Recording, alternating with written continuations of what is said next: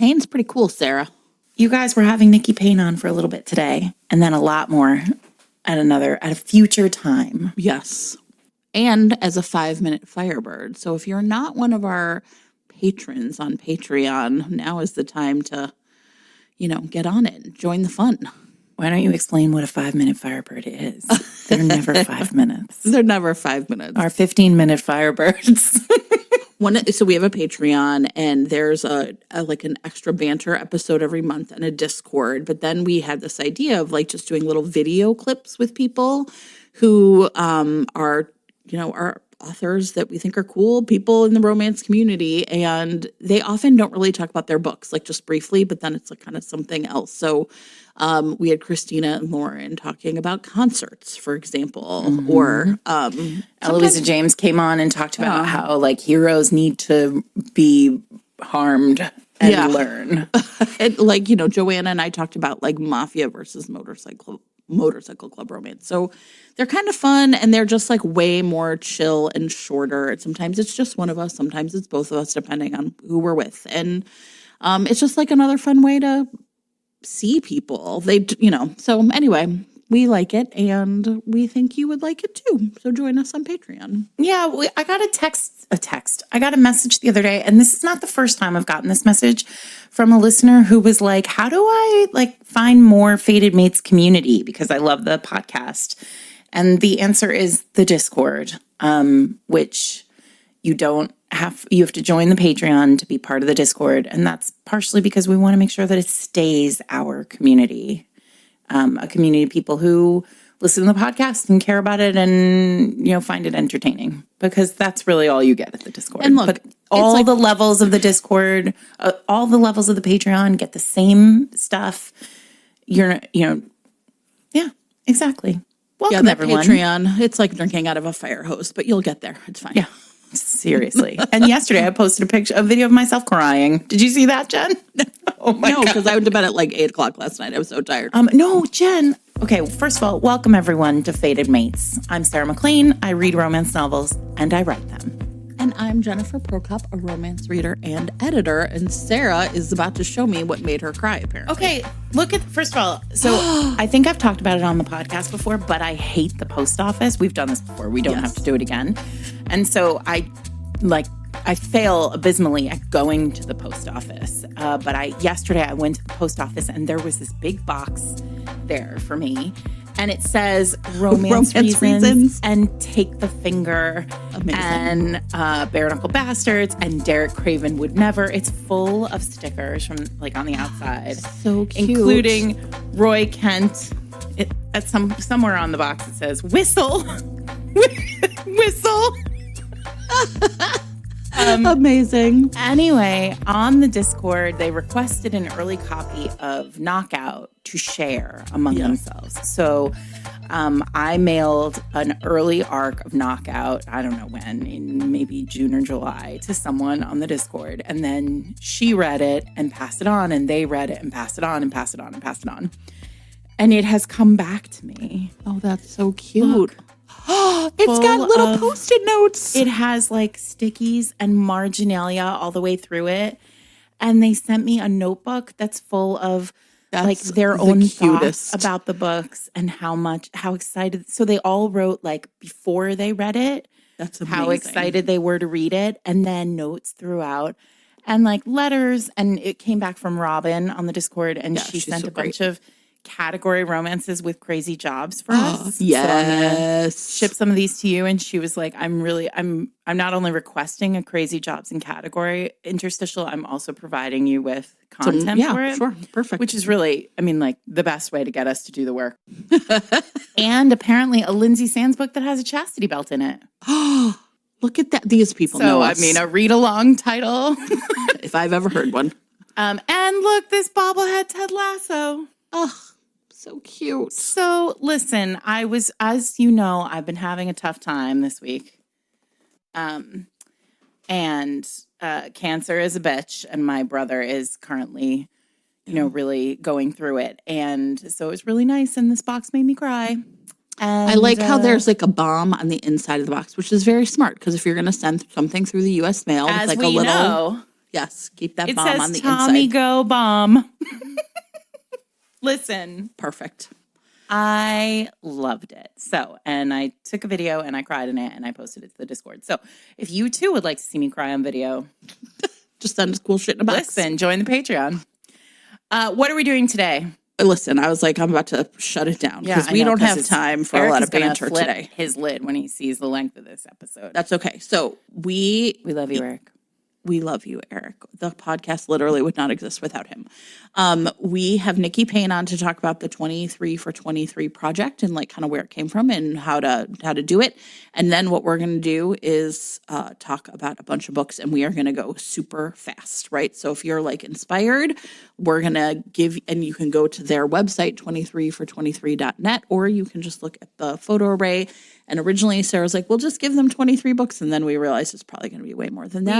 We cannot be limited, is what we have learned. There's no amount of boundary that can contain us. The 23 for 23 challenge is very simple. The organization wants you to head out there, romance readers, and you have been challenged with reading 23 books by BIPOC writers about BIPOC characters before the end of 2023, which we absolutely know you're able to do because you're romance readers. No problem. And that's like a week. So we have been thinking a lot about how to organize this because obviously like we're just going to be throwing titles at you. So I think what's going to happen is we're going to have a big section of contemporaries. Then we're going to go to historicals. I'm going to do a little YA section because you might have a young reader in your life that you want to pass some books on to. And then we're going to end with a couple of fantasy sci-fi recs, and then we'll be done. But we are going to talk about probably, more than 23. So a lot of books. So we're just going to like get to getting. But first, we're going to talk to Nikki Payne, and she's going to talk about why she, Nisha Sharma, and Adriana Herrera came up with this challenge, how you can participate in it, and how we all can promote it and make sure that we get more books by and about BIPOC people in the world. Welcome, Nikki Payne. Thank you so much for joining us today. We are thrilled to finally have you. I feel like we've talked about your book on the podcast. We've had people who love you on the podcast, and now we get to have you yourself. I'm incredibly excited to be here. Yay. So, Nikki, you're here to join us today for a special episode where we're going to talk about an initiative that you and Adriana Herrera and Nisha Sharma have started. So talk to us about 23 for 23. Is that the right name? Yes, that's absolutely the right Okay. name. So Stimulit was super exciting because it was all about celebrating diversity. And something that we wanted to do was like get all of these authors of color in one room and share, and then also get a ton of influencers in one room. And we're like, okay, what are we going to do once we have these authors and influencers in one room? Because one of the things that we were responding to is a real crisis of invisibility on like social media platforms for authors of color. It can be very hard to even be seen as an author writing a book or to get the same level of excitement and output that someone would get on TikTok. So one of the interesting things about TikTok is that it can be, for better or worse, an echo chamber. So one person starts to talk about a book and that book explodes and other people start to talk about it and it feeds on itself, right? And that algorithm can feed on certain types of books. And we find that certain types of books get a lot of publicity and other types of books are silent. And oftentimes that leans heavily on BIPOC books. And so one of the things that we felt was really important about the event that we were putting on at Stimulit was like, hey, why don't we give everyone like something to do, right? It's very fun that we're like all at this place having a drink, we're having a party. That's really fun. But why don't we leave with something? And so Adriana, Queen of Ideas, TM, had this great idea to say, we should make them do something. Right? And so we thought like 23 books for 23. And the reason why 23 was the number was because there are 23 participating authors who put in their time, their money, their effort to say, hey, like, let's do this. They helped us launch this. And so we were super excited to add them to the list of 23 authors who were like, okay, I believe in this. And so we're super excited to have that program. And I will say the rules aren't really complex, but it's okay. Let me start with the story. You're the perfect Fated Mates guest because I was Wind her listening up, last let week, her go. She knows. and what I she's was doing. like, let's get started with the book we're actually here to talk about at like the 30-minute mark. Mm-hmm. So I Right. love it. Keep going. A while ago, I had a brush with paleo. I was just like, I'm gonna do paleo. I'm gonna do it. I'm gonna be like super intentional. And the way that I was able to actually know like how many types of carbs that I was having was actually through counting. Like I had to like go onto a platform and see. Otherwise, you're just like, I cannot believe that brownie that I had any carbs in it. Like I personally don't buy it. Right. But there's something about creating a register of kind of what you've done that shows you what you're doing, and it creates intentionality. And so what in that same way, 23 for 23 is this way to be intentional about what you're reading. I know I pick up books and it can feel like popcorn, you know? Yeah. And if you don't turn around to say, what have I been reading? You can get a sense that you're reading diversely, even though all of the books have been, Queen of My Heart, Ruby Dixon. You know what I mean? Right. And so that the goal was to make sure that people were intentional about what they're reading. And then once you actually did read it, what are you doing now with that book, right? If you have a platform, if you've loved a book, how often do you nudge someone next to you to say, oh my gosh, are you reading this book? Here's another book that I like. Or if you have a platform, shout about it. Use the hashtag 23 for 23 to talk about how much you loved a book by BIPOC characters about BIPOC, by BIPOC authors about BIPOC characters.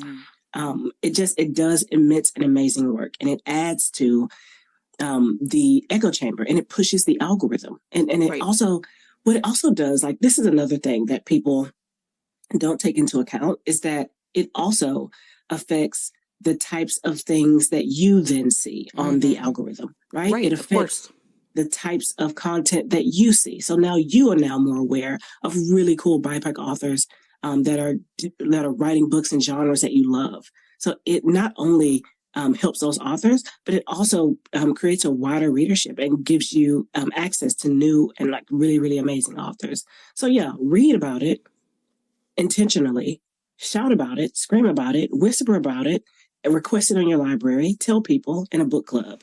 Review. And that's review. Right. Review. Yeah. Talk about it. Goodreads it.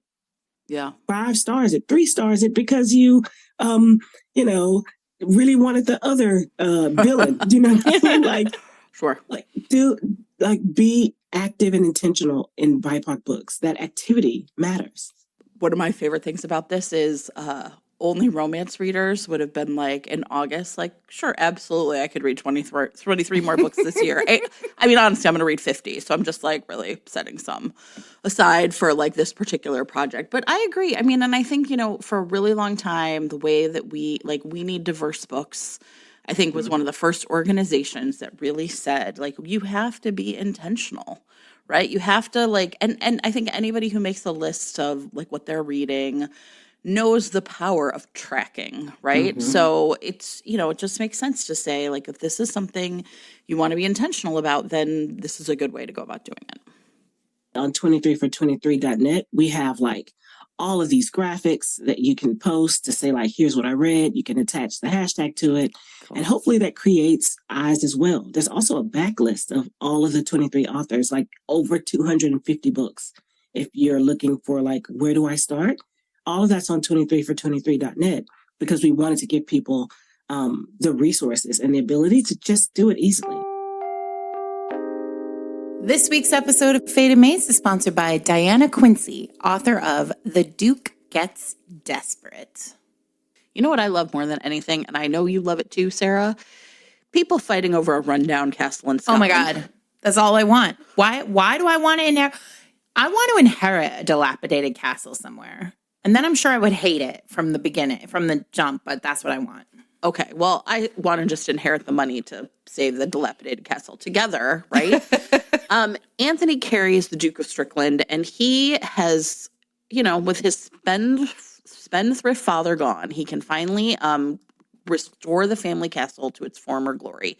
12 generations of dukes have been living in this castle, but somehow his father secretly disentailed, I didn't even know you could do that, this castle and left it to his American stepmother. Then she dies under mysterious circumstances, and you can imagine the rumor mill is at high speed, churning up all the gossip. Murdering his stepmother. Oh, yeah. So along comes Raya Darwish. She has inherited her late cousin's castle in England and shows up, right? Perfect. Only to find Strick arguing that the castle is really his. This estate is practically bankrupt, so these two are going to have to figure it out together, and I bet their enemies to lovers vibe is going to turn into something else. Absolutely delicious. You know we love Diana Quincy's books here at the podcast. And if you also love them, or you just love historical romance, or enemies to lovers, or very high grade dirty talk, this is a book for you. You can read The Duke Gets Desperate in print, ebook, or audiobook. It is out right now. It released yesterday. Happy release week to Diana.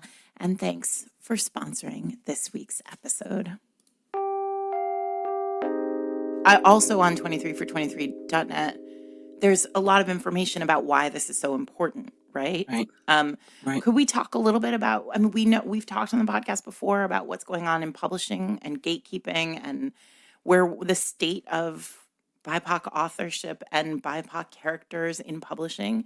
Tell our listeners a little about that piece of it, why it's important to be intentional from that side, the publishing side. There's so much information and data that publishing houses use to tell you your value and your worth as an author. So if pre-orders don't come in, then your marketing suffers. If people aren't excited in a sales meeting, then all of a sudden, then your book is pushed to 2073. Like there are all of these indications that your book is something to be excited about, how they treat it in sales, how they talk about it with other people in their team that creates the experience for this book. And there's so many authors of color, even when they publish this book and they are being kind of compared to, these kind of mega bestsellers, they're also seen as somehow at fault if their book doesn't perform at the level of the mega bestsellers. And the publishers sometimes want a pat on the back and a golden medal, Presidential Medal of Freedom for even putting the book out, to say like, look at what we've done. Look at us, diverse. We've done it. We've done it, folks. Now we don't have to do it again for years. Exactly. And so even though there's a dearth of interaction in the way that someone would put out a mega bestseller, and the way that someone would put out someone who that don't expect to really thrive. And that gap in attention, that gap in interaction sometimes can be augmented by people talking about your book and being excited about your book even earlier and even after. So this becomes an opportunity to create visibility, and believe it or not, that visibility bounces back, to those publishers to say, oh, this is someone we should be actually paying attention to and giving resources to. Hey, this is a story that people want to see. Let's acquire more of these. This is a story that did well. This is something that connected with people. Let's acquire more. Let's build more. Let's create some hype around this. And so it becomes this vicious and perhaps virtuous cycle, right? That feeds into that process. And this is us being intent, like putting our thumbs on the scales a little bit to say like, hey, what can we do to nudge the algorithm? What can we do to ensure that publishing knows that these are stories that people want to hear? And sometimes you have to just say, just do it, I mean, even for authors that are self-published, there is still value and virtue in doing this work, right? Because we know more than ever, many publishers are looking to what's sort of popular in self-publishing as the next kind of like sure things they can acquire. So, Absolutely. you know, this is not something that only matters for traditionally published books. It also matters for self-published books because these authors can get the door is going to open for them if they are seen as successful in this space as well. That's absolutely right. So let's get into it. Let's do some recommending, which is what we do. Yes. What we do best here at Fated Mates. So let's start first with Nikki Payne's Pride and Protest. Oh my God. Which is one of my favorite books, my favorite recent romances, a retelling of Pride and Prejudice set in a modern day. It's a contemporary. The heroine is a social an activist. The hero is a real estate developer. It's about gentrification. Yeah. It's so hot and so fun and so important. And it is surely up there in terms of one of the best Pride and Prejudice retellings there is. I can say it. Nikki is going to, make noises, but I can say it. We're allowed to say whatever we I'm want. just over here with my face melting off. It's fine. So, Nikki, let's talk a little bit about Pride and Protest. Tell us where it came from and, where'd the story come from? Are you an Austen fan? Oh, okay, you guys, let me set the scene for you. Let's draw the curtains. Okay, it's 1995, year of our Lord, 1995. I remember that year. What It was a good one. Familiar It was a with good year. A BBC year, one might say. It was a BBC. You know what? I see what you did there, Sarah. So it was a BBC year. But what also happened in my 12-year-old brain, Clueless came out. Right. Sure. And this was a cultural phenomena, super nice, as if, it was everything. And holds I found up out, too, by the way. It holds up. Oh, yeah. Shockingly. It holds up. Yeah. It is my my unproblematic fave. And I love it. And I was 12 years old and I realized that was a retelling of Emma. And I was like, Emma, what are white people getting up to? So, let me check this out. Check this out. So I started reading Emma. Emma was my first. It's great when you're young. And then I read Pride and Prejudice. And then the BBC version, the Colin Firth, it dropped. It dropped. And I'm just sitting there 8 hours and I'm like, this better not awaken anything sexual in me. It better not. How'd that go for you, Nikki? Yeah, it did not. Let me tell you. It's just if you want to be unpopular in the hood, just show up with a Jane Austen book and a bonnet. Sure. Yeah. You know what not I mean? that kind of bonnet. Yeah. Exactly. They're not that bonnet. Don't do that. So just start speaking like a Jane Austen heroine in Greenspoint in Houston, Texas. It's not a look. So I just became just super obsessed with that story. And then as I grew up, I'm an anthropologist and I started studying aesthetics. Okay, and power. wait, hold on. You grew up in Greenspoint in Houston? Yes, I did. Okay, because while you were having your 1995 Wicking, I was doing TFA in Houston in 1995. Yeah, I did it at Fawnville Middle School. I'm really, which is I think up by. I was okay, sorry. Are you? We have to talk. This is a thing. Mm-hmm. Okay. Separately. I know. Sorry. We have to talk about growing up in Houston in the 90s. That's its own thing. I in fact grew up in Houston in the 90s. I was 20, but I grew up for sure. I was whoa. Yeah, definitely. All right. Sorry. Go ahead. No, that's incredibly compelling. And okay, so I started doing all this research. I have a PhD from Rice University in cultural anthropology. So I just went all in on the nerddom. And I started doing all this research on aesthetics and power and what we find beautiful and why we find it beautiful. And in doing all this research on dating apps and how people are interacting on dating apps. And what I found, interestingly enough, was that Black women and Asian men were the least responded to on these apps. They were seen and perceived to have the least sexual capital in these spaces because of perceptions about femininity and masculinity that have kind of taken over and we've internalized in our minds about what is beautiful and what is feminine. And so when I thought about, I was writing this weird sci-fi book and it was getting a lot of no's and a lot of rejections. And I'm just you know what? Joy, only joy. And I just started writing about these characters. And I was actively, being very intentional to say what would it mean to make these archetypically desired characters, right? A Black woman and an Asian male. Like, what would it mean to say, like, to make these characters who are burned in our brains as desirable and witty and sexy and moody and hot?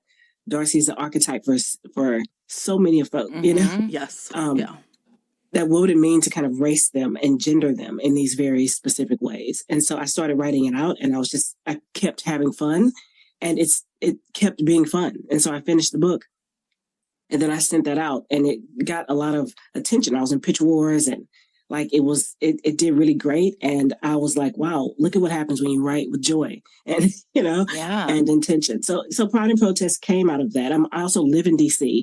And so one of the hugest things, that everyone talks about is the buildings coming up and the folk in DC who, lived there for generations and generations. DC is one of these cities that is historically Black.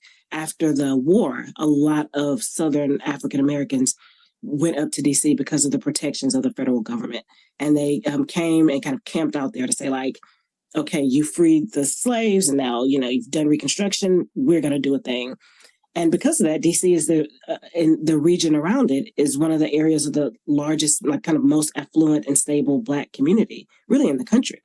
And so like the history of kind of Blackness in DC is really an interesting thing as well too.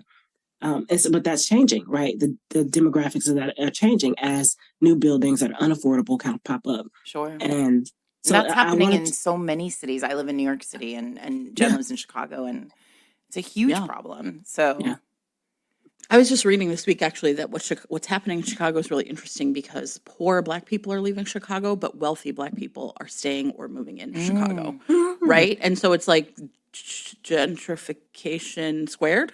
I don't know, right? Yeah, there's like intersectionality there, right? Yeah. Like there's a real, like my husband and I'm from like, grew up very poor, and he's from this area and lived his life pretty upper middle class. And I'm like, we are not the same. Like we are both African Americans and we are struggling to relate, on these real levels. And so, that absolutely matters. A real Pride and Prejudice vibe. Honestly, I couldn't say it better.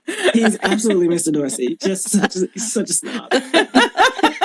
It's just, it's interesting. I mean, all that stuff's really interesting. Like my husband's parents were far more like middle class than my mom. Like, right? Like he was a banker. His mom's a banker and his dad was like an accountant and like worked at big oil and then like worked for the city of Houston. And so, like I was like, my mom's a single mom, like raising the three of us on a shoestring. And a lot of people will assume because I'm white that like I'm the one that has a more middle class background. And I'm like, that's just not really the case. Right. Right. So. There are complexities there. And that's one of the things that I loved about like writing Dorsey as this Asian male is that he's this person with all of this agency, and money is oftentimes in romances. It's just code for how this person can move about in the world, right? And power. Power, exactly. And he has a ton of agency, but sometimes just visually that agency is taken away or assumed to be the other thing because of that intersectionality that he's seen because of the way he looks and his association with that. There's this tension between him always having to prove that he belongs in these rooms and in these spaces. I mean, even Lisa, who sees him in the context of her own neighborhood, when she meets him, she's like, this is someone from my neighborhood, and she proceeds to tell him her entire plan because she assumes connection when there is none. And it's really, really sexy. So. Well, and we are going to have Nikki on in the spring because book 2, you want to do a little quick preview of what's coming. Your next book is coming out. Is it February? February 13th. What a date. What a date. Just in time for cuffing season. Okay. Just imagine like 2 sisters, wildly different temperaments, find out at their father's funeral that they are the outside children, and everything that they had, their little comfortable life in Montgomery County, DC, is gone and is dead. And the only thing that they have to their name is this dilapidated inn in Maine. I love it in so Maine, much. right? In Maine. Why am I such a sucker for this story? There's just there are no Black people in Maine, and that was their None. first thing. They were like, okay, we can't do this. And as soon as they get there, there is an indigenous hero, an ecotourist. I mean, he leads ecotourists, who has kind of essentially said, "This land is mine," right? And so there's this very interesting and very sexy, just so piney. It's so much piney. Also, the Great North Woods, I suppose. The Great also North piney. Woods. Come on. Oh, look at what you see. Look at you, Jen. So clever. This is This early on a Saturday. This is my That's- time. I'm like, oh, crack of dawn. That's when I'm sharpest, I'm everybody. sharp. So these sisters, Nora in particular, they have to revamp this inn. The clock is running, and they couldn't possibly fall in love. They don't have time for that. Certainly not with a man who runs eco tours Oh, in Maine. goodness. Not with an indigenous Abenaki hero. Wow.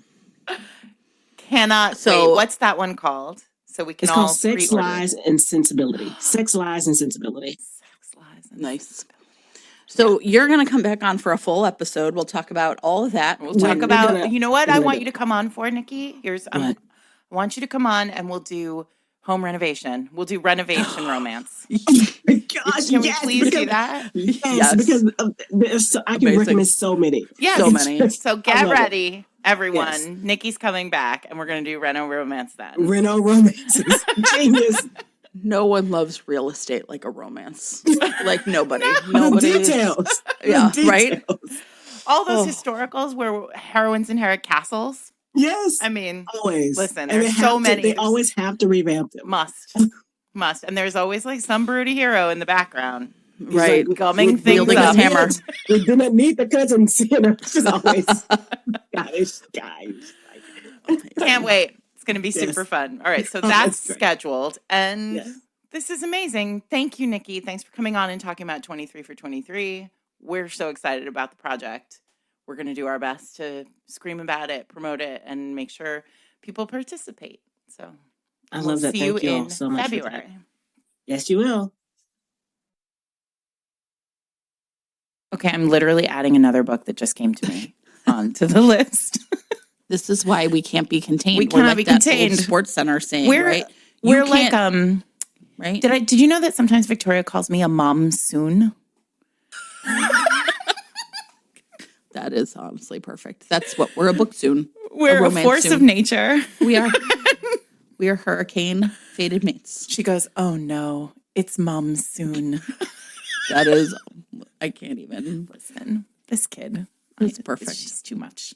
It's perfect. I love it. Okay. The best way to look at these titles, everybody, is going to be to go to the page for this week's episode. We might be talking about books so fast that like the image won't necessarily change with every book. I'm not sure. It might be too much to do that. So we're going to talk about contemporaries first, but I'll make sure we get them in order on the photo array on the website. So the best thing to do if you're kind of like, wait, what was that book again? Is to head over to fatedmates.net and to look at this week's page, and then you'll be able to see all of the books that we discuss. This week's episode of Fated Mates is sponsored by Pippa Grant, author of The Gossip and the Grump. Okay, so Sabrina Sullivan is going through it, but she has had a pretty great one-night stand, Jen. There's nothing to complain about there.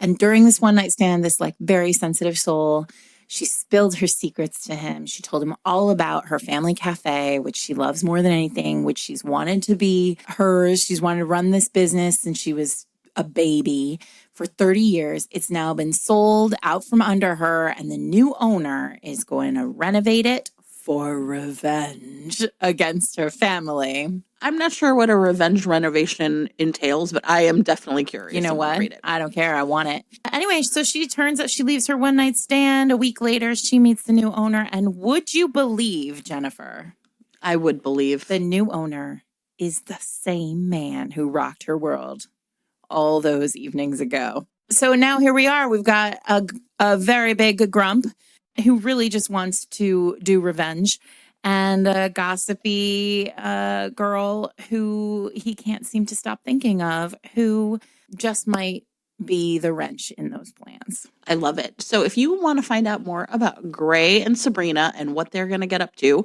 you can find this with your monthly subscription to Kindle Unlimited. It's also available in audio. And as a special treat for Fated Mates listeners, stick around at the end of this episode for an audio sample of The Gossip and the Grump on this, the longest episode of the year. Thank you to Pippa Grant for sponsoring this week's episode. So, where are we starting, Sarah? All right. I don't know. Where do you want to begin? Oh, it's, wait, do you want to talk about Jessica Pryde's Black Love Matters first? Yes, Should we that start is a there? great place to start. So Black Love Matters is an anthology, a literary collection of essays about romance, being seen, and happily ever after, edited by Jessica Pryde, who many of you probably know from Book Riot. And also Jess is a librarian. And it is a collection of essays by Black romance authors about a variety of different sort of intersectional topics about relating to Black romance and the publication of Black romance and why Black romance is important. Yeah, it's great. And this is a really cool book that you should definitely check out. I'm sure your library has a copy, and it's just like I love a book of essays because I feel like you can just kind of read one at a time or dip in and out of the ones that you think are interesting. Mm-hmm. And these are like some of our most like these are like the luminaries of Black romance. A lot of these women and also men. So this is a really great romance, like a great way to like sort of frame kind of your knowledge and understanding of like Black romance and the work that it's doing out there in the world. So, all right, good beginning. So let's start. We're going to start with contemporary, right? Yes. All right. Let's see. You're up. Yes. You're first. Of course, that's absolutely how it should be, everybody. Okay, I'm going to start. Age before beauty. Yeah, I'm actually going to start with Kosoko Jackson, who wrote one of the essays in Black Love Matters. Sorry. So I'm So Not Over You is a romance set during a wedding. And what happens is we have Kian, I think, is it Andrews? I would say Alexander. Kian Andrews hasn't heard from his ex-boyfriend in months, but then all of a sudden gets this like text kind of out of nowhere that's like, hey, what's up? And he is, kind of been hoping they would reconcile. And so instead, Kian is essentially asking Hudson to basically pretend to be his boyfriend while his parents are in town. So, they're worried that Kian doesn't have someone in his life and they want him to be happy. And also there is a big society wedding for Kian's, I think it's his sister. Either way, it's like a big deal. And so Hudson and Kian are going to go to this big wedding. And, this is like the wedding of the season in Georgia. And so it's kind of like not only kind of putting up airs to like make the family happening, but also it's going to give Kian the opportunity to like kind of get in with that crowd that's going to be the people that can like make his journalism career really sing. So it's kind of like, I don't know. I feel like in a fake dating situation, you really have to have both. It's clear what both people are getting out of it. Mm-hmm. And I think that Kosoko does a great job with this. So that is I'm So Not Over You. All right. So now I think we should play a game where we try to connect. Oh, I like that. I like that game. Yes. So my next, because you said romance at a wedding, that's low-hanging fruit. So, yes. Oh, shit. It's not that one. Wait, maybe I don't think that we should do that. I have another romance at the wedding. You want me to do it? And then we'll just... No, I've got one. You've got one. So I just wasn't, I knew I was recommending somebody, but I apparently am recommending a different book by that person. It's not at a wedding. Okay. So I want to talk about Andy Christopher, a friend of the pod. Yes. So this is romance that is wedding adjacent. I want to talk about Thank You Next, in which the heroine, Andy's books always start with these like huge, high concept, very fun ideas. And the idea of this one is the heroine is home. She's a divorce lawyer. She comes home from like the worst day of her life at work, where she's been like, she's finished a divorce and then the terrible ex-husband has hit on her. Like, it's just all gross. She comes home, she pours herself a glass of wine, she turns on Say Yes to the Dress. And right there on Say Yes to the Dress is her last boyfriend with his new bride. Oh, no. And it turns out this is one in a long line of ex-boyfriends who leave her and then immediately get married to someone else. So she decides that she's going on a cross-country road trip to meet with all of these ex-boyfriends and figure out what exactly is wrong with her. Why not her and instead the next girl? And she goes with a man who has always had a little bit of a thing for her, but also seems to have been always the heroine's bridesmaid and never her bride. So this is a really fun one. Andy's wonderful. You've heard her on the podcast before. So fun. Yeah, enjoy this one. Perfect. Okay, you said Thank You Next by Andy Christopher. You said attorney. So I did say attorney. I know no one loves an attorney like romance. Okay, so I have The Year of Cecily by Lisa Lynn. Oh, and that's a fun one. This is a fun one. And so this is got big Lunar New Year vibes because Cecily Chang is a San Francisco attorney who, like in her professional life is like got it all together. But she has made a list of resolutions that are gonna like reboot everything, get everything kind of correct in her life. But she also has to make her sort of like dutiful visit home to Brooklyn, to where she grew up, to celebrate Lunar New Year with her family. And of course, like this has its own set of complications, right? So there's, all the family drama that comes with being with the family. Her mom is really kind of meddling and can be a little critical. And she, but she's kind of like, look, I'm going to have a good time. I'll be with family. Like she's going to just stay calm as long as she doesn't, and I love this in the blurb, as long as she doesn't see him. And him is Jeffrey Lee.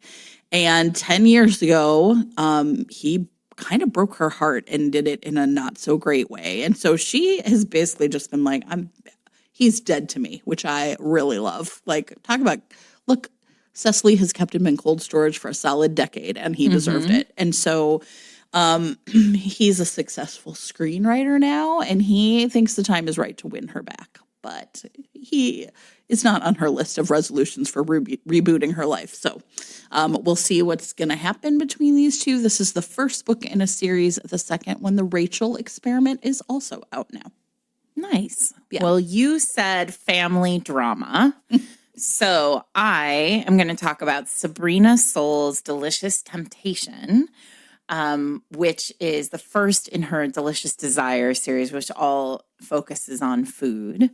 There's a celebrity chef in the second one. It's really but I want to talk about the first one. So Amara Maria is a very good girl. And she has always done exactly what is right. She had this like lifelong childhood to, young adulthood dream that she wanted to be a pastry chef.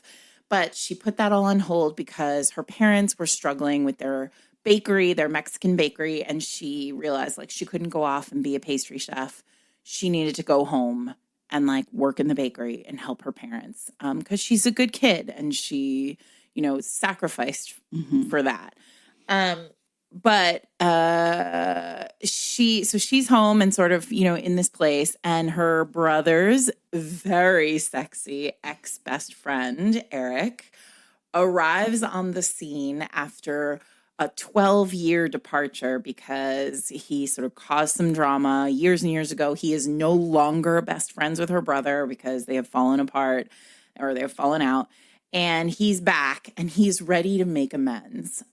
But nobody is necessarily like interested in doing that with him. He's going to have to do some work and fight the fight here. The problem is one of the ways that you do not make amends with your ex-best friend is being super horny for his sister. No, that doesn't ever work. That is against the best friend reconciliation rules. And so it's all very, very messy. But delicious. So that's Sabrina Soul's Delicious Temptation. Okay, you said restaurant, so I have. You have a restaurant book, Jen. I know, weird for me, but it is Chicago, so I I made it. Oh, I see. A Proposal They Can't Refuse by Natalie Kenya. And this is, this is great. So this is, Camila Vega has is essentially there was a family restaurant that she grew up with, a Puerto Rican restaurant. And she has essentially brought it back to life, right? So she's going to enter into this fall foodie tour, and there's been a lot of gentrification in her neighborhood, so that's very real. And so this is a way to kind of keep the restaurant alive and afloat. And the problem is that her grandfather is determined to essentially is going to blackmail her and say that if she wants to change anything in the restaurant, she has to marry, of course, her enemy, Liam Payne. And his grandfather and her grandfather are best friends. And so they are hatching this plot to marry their grandkids off to each other. Liam runs a distillery, right? And he is, again, about to kind of make it big when his grandfather is basically if you don't marry her, then I'm gonna, we're gonna sell these buildings, and that's what they want. So these two really feel like they have no other option but to enter into sort of a fake engagement to throw off the grandfathers. And yet somehow they find they don't mind being together all that much, even though they thought they hated each other. So this is a terrific book. And again, if you love a restaurant, or if you love Chicago, or if you just love meddling grandfathers, A Proposal They Can't Refuse. This week's episode of Fated Mates is sponsored by Lumi Labs, creators of microdose gummies. So everybody, you've heard us talk about these great gummies before. All of us here on the podcast really love them. And if you are kind of curious about microdosing and you're kind of not sure, one of the things to do is just head over to the internet and check out microdose.com, and you can find out information about how you can use THC to, kind of give yourself that creative boost, or just your ability to enjoy the moment. I use them for sleep, or sometimes workout recovery. Especially because I'm getting a little older. Sometimes my hips or my joints. Yeah. Right. Relaxation. Do not, if you are feeling anxious in this world that we live in, same. And exactly. A gummy when your mom comes to visit isn't the worst choice. A little too personal, but agree. So I mean, for example. For example. So you could go to, again, microdose.com, and you can find out all of the great benefits of microdosing, including for your first order, use the code FATEDMATES to get free shipping and 30% off. We would love to have you check out these great gummies. We love Lumi Labs, and they're awesome products. They come in lots of great flavors. Once again, you can use the code FATEDMATES to get free shipping and 30% off your first order of microdose gummies. Thanks, as always, to Lumi Labs for sponsoring this week's episode. You said fake dating, and so I am going to go to marriage of convenience from that, which is sort of the same thing. So we're going to talk about Tracy Livesey's Tycoon's Socialite Bride. We have talked a lot about Tracy Livesey over the years, and I'm sure we've talked about this book, but it is not one of the ones we often talk about, so you should go do this one. This is the first in her In Love with a Tycoon series. And here's the vibe on this one. The hero is out for revenge. Everybody loves this. His mother has been severely sort of wronged by her upper crust employer. And so Marcus, the hero, who also happens to be a real estate tycoon, because of course, he decides that he is going to infiltrate this family and their world and take down this man who has wronged his mom. And so to do that, he strikes a deal with the heroine, Pamela. And Pamela is there because she has a whole separate thing where she wants to save her, a particular kind of, she has a cause that she's really into, and she wants to help him. She wants him to help her fund it and get more attention for it. And he's a superstar real estate tycoon. So they agree to a kind of tentative agreement that involves a marriage of convenience, because if he marries into this like upper echelon family. She comes from this like very fancy family. And if he marries into that family, he has access to like his path to revenge. Of course, it all gets twisted up. Pamela is part of this revenge plot without even really knowing. She's an unsuspecting piece of it. And then he realizes that like if he gets revenge, he loses her, which is my very favorite realization of any hero ever. And it all goes from there. And you can obviously tell why I think this book is freaking great. Okay, so I have, you said like billionaires and rich people or whatever. Okay, so in Yours for Now by Leonor Solis, Gabe is like sort of our handsome billionaire guy. And the heroine has to like team up with him for like a work thing. So this is like the opportunity of a lifetime. And if she kind of plays all her cards right, she'll be able, she hopes, to run her own family's business. But they are, they just think she should like settle down and have babies. And, they don't understand why she, kind of wants to play against like sort of the gender roles in her family. So she is like, I'm not going to let anything come between me and these career plans. And so she and Gabe essentially like kind of agreed to like a kind of a fake dating situation that's really not real. It's just like almost like a front to keep her family out of it. But then she actually falls in love with him. And so she's like, now what am I going to do? Do I like stay with him and prove them right? Right? Or is there a way that I can like sort of keep my eyes on the ball of what I wanted, which was, having this amazing career that I think is going to make me really happy. So this is really fun. And this one just came out like a couple weeks ago. So. What is it, Jen? Say it again. Oh, sorry. It is called Yours for Now by Leonor Solis. Okay. You said family business. So I'm going to talk about Leslie's Curl and Dye by D.L. White, which is the first in her Potter Lake series. So this is super cute. Leslie is the owner of a hair salon in this small town. And part of what I love so much about this book is much of the book is set in the hair salon with like all the characters from the hair salon are like in it and like a delight to watch. So she has this family hair salon. She inherited it from her mother, who inherited it from her grandmother. So it's like there is a devoted community of people who go to this hair salon. And all of a sudden they start to realize that like their side of the neighborhood, their side of the small town is kind of losing business and like businesses are closing.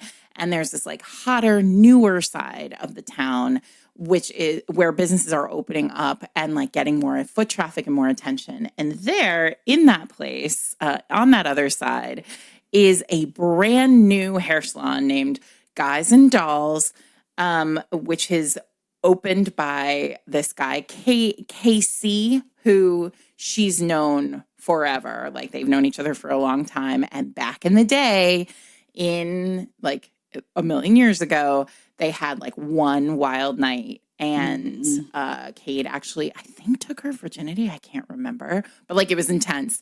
And then in the morning, he was like in the wind. And so, listen, this is a great setup for a romance, but now they're sort of competing. There's there's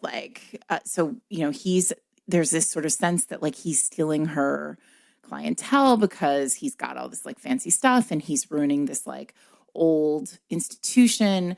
And there's a lot of like beautiful intersectionality here with like, how it all comes to pass with this like business, the sort of class and the business and like old tradition versus, something new and fresh. And it's great. So that is Leslie's Curl and Dye, which is like a second chance romance from D.L. White. So you said second chance. I have a cute little novella by my friend Nicole Falls called Noel the First. And this is like a little out of season because it's Christmassy, but it has a setup, which I remember as a kid being really fascinated by the idea that your birthday could be on Christmas Day. Right? Sure. Like I was always like, well, how does that work? Yeah. How's that work? Right. And Kelly's birthday is really close to Christmas, and it was always like a big deal. People are always trying to like combine the gifts and all that business, and she just hated it. And so in Noel the First, Noel's birthday is actually on Christmas Day. And as you know, it starts off, it has the first line of this book is, I hated Christmas.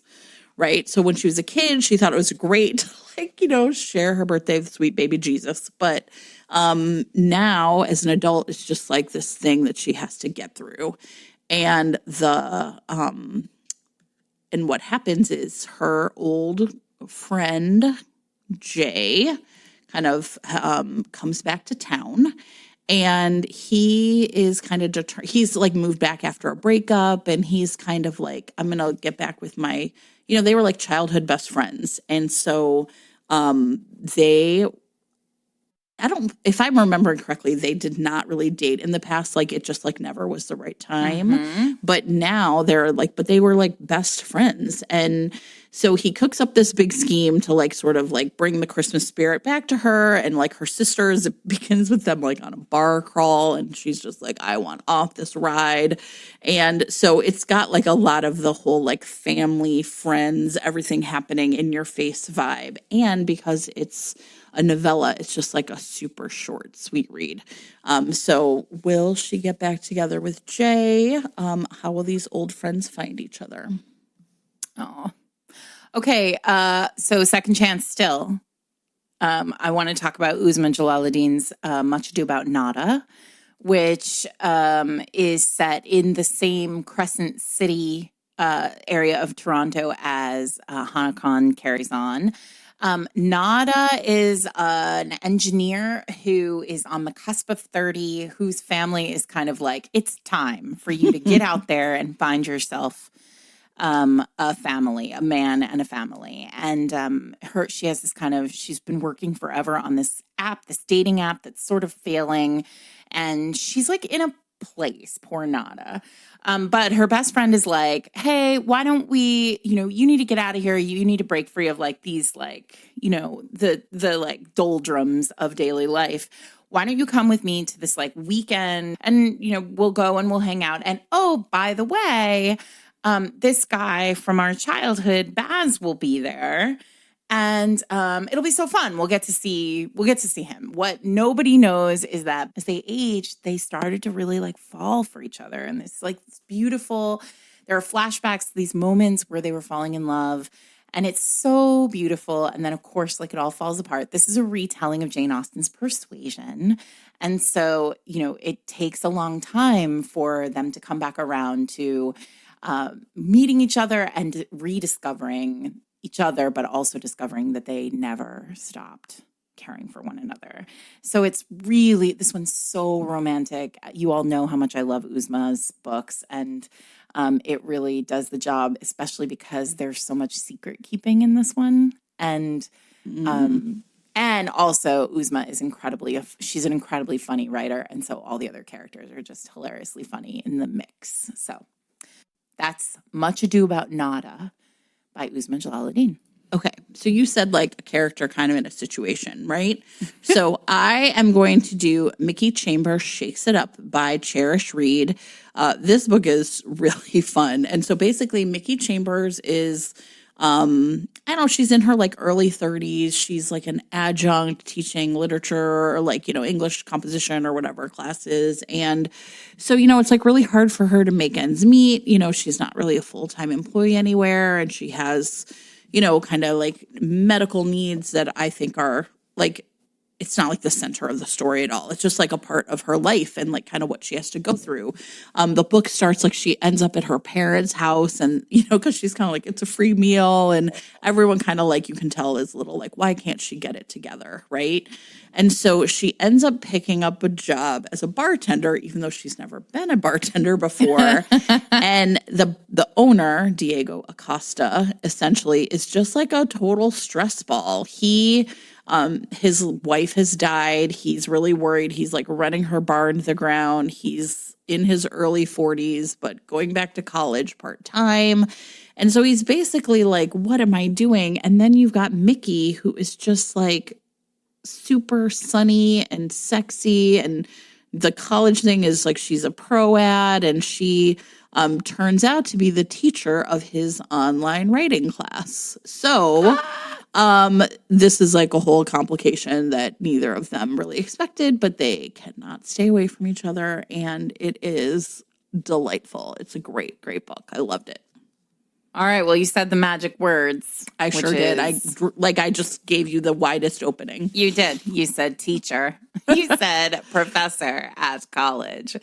As you all know, that is a taboo that I really enjoy. And because of that, I want to talk about QB Tyler, who is like, if you love a taboo romance the way I love a taboo romance, QB Tyler is definitely for you. She's got professor students, she's got stepfathers, she's got, there is nothing this woman will not write, and super sexy. So I want to talk today, though, about Always Been You, which is a real taboo one.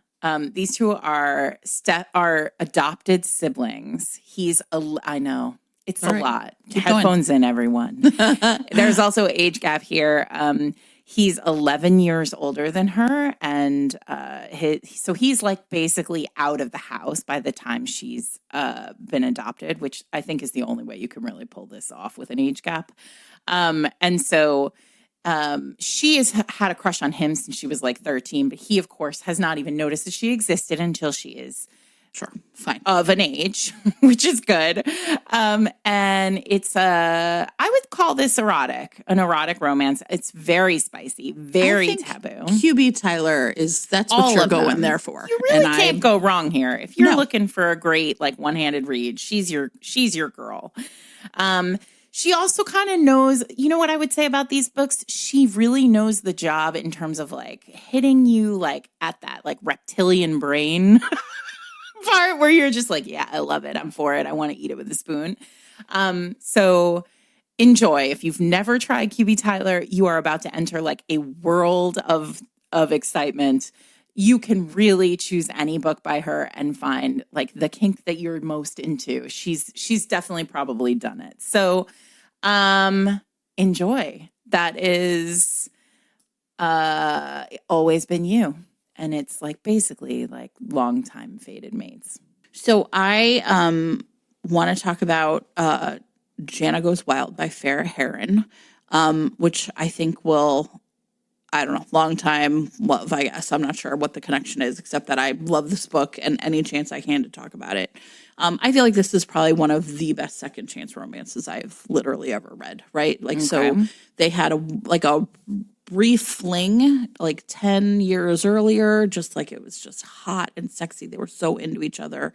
And she ends up getting pregnant and at the same time finding out that they cannot be together. And so she goes back to Toronto, and he is really determined to be a part of their daughter's life. So he moves to Toronto and essentially is like kind of like this distant planet orbiting her. And she just finds that really annoying. And now they are at a destination wedding in Tanzania that's like all at the Serengeti. And he's there, and she's she doesn't realize that he has basically been pining for her for like this decade and just wants to be back with her and wants to know, like, essentially, like, what can I do? Like, I am still in love with you, and I know I screwed up. And it's just so good. I feel like like I said, the emotional complexity, the way that they interact with families, her understanding of like kind of who he was then versus who he is now, and that about herself. This is, I think, a spectacular book. I just think it's so good. So that's Jana Goes Wild by Farrah Heron. Okay, so you said you said who he was then versus who he is now. And while this isn't a long-term, this isn't a second chance, and we don't know these characters from a long ago, this is about change. So I want to talk about Mia Sosa's Unbuttoning the CEO. Oh, okay. Okay, so this is like there's this billionaire CEO hero, and he gets picked up for too many speeding tickets. Okay. And he goes into, court, and the judge is like, I'm sick and tired of you, like, rich dudes getting off, like, getting away with this stuff. So I'm sentencing you to 6 months of community service.